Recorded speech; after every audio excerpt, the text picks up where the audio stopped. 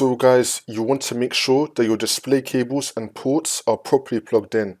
Also make sure that the power cable is plugged in as well and that the switch is turned on. For the second method, try using a different HDMI or DisplayPort cable. For the third method, you want to go to search and type in display settings. Click on it. And now once you're on this, you want to select detect. See if that works. For the next method, make sure that your monitor is plugged into your graphics card.